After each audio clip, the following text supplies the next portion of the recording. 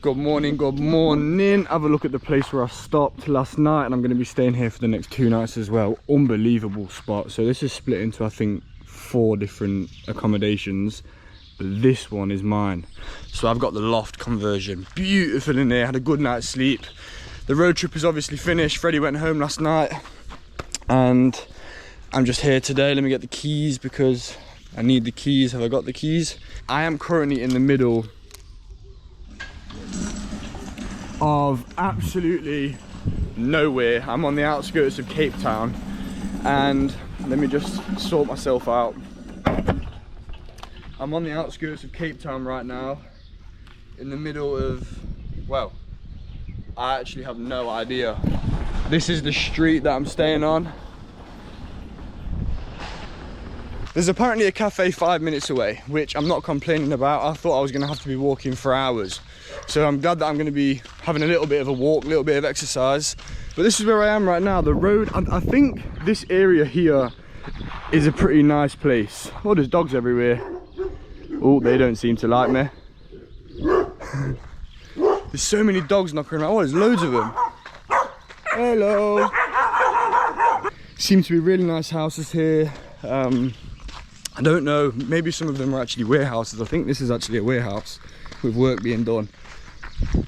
But anyway, back to the point of the video. The road trip's done, and it's been a really good 2 weeks with Freddie driving around. I never expected myself to be in South Africa with a random German who I met on the first day, going on a road trip, doing loads of cool things. But it's been a really nice holiday, but now it's time to get back to work. Get back to work, building my business, building my clients, working with my clients all over. I mean, I've got clients in the US, which is really hard at the minute because that's 8 hours behind. So I've got calls at 2, 3 in the morning.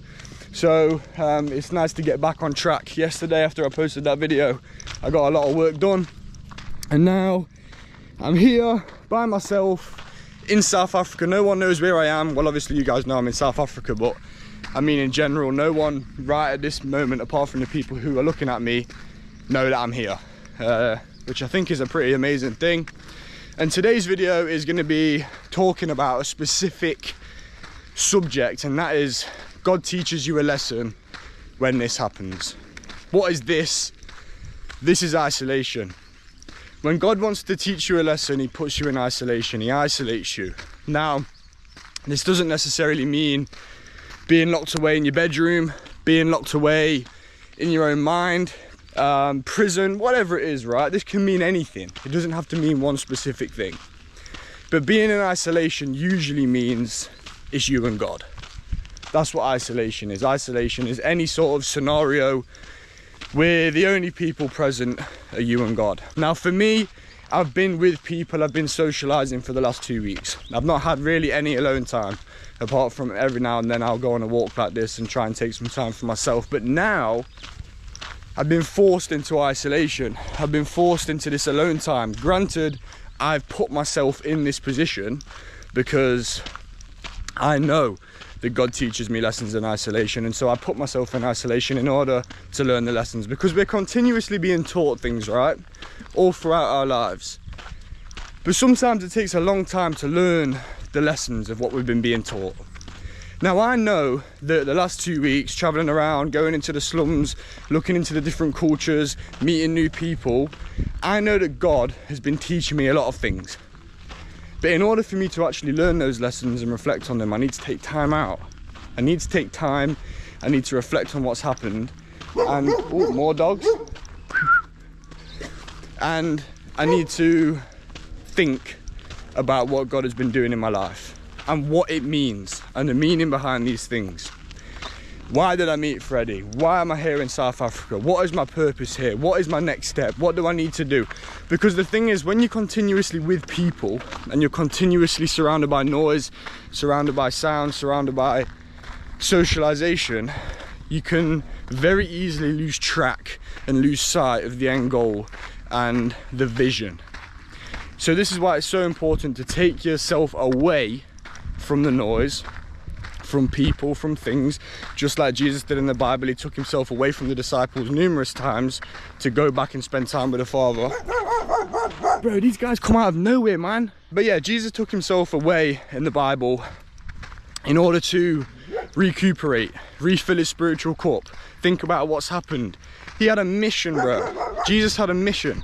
And in order for him to stay on that mission and to have optimal levels for that mission, he had to take time off, time away, and recoup with the Father, recoup with God.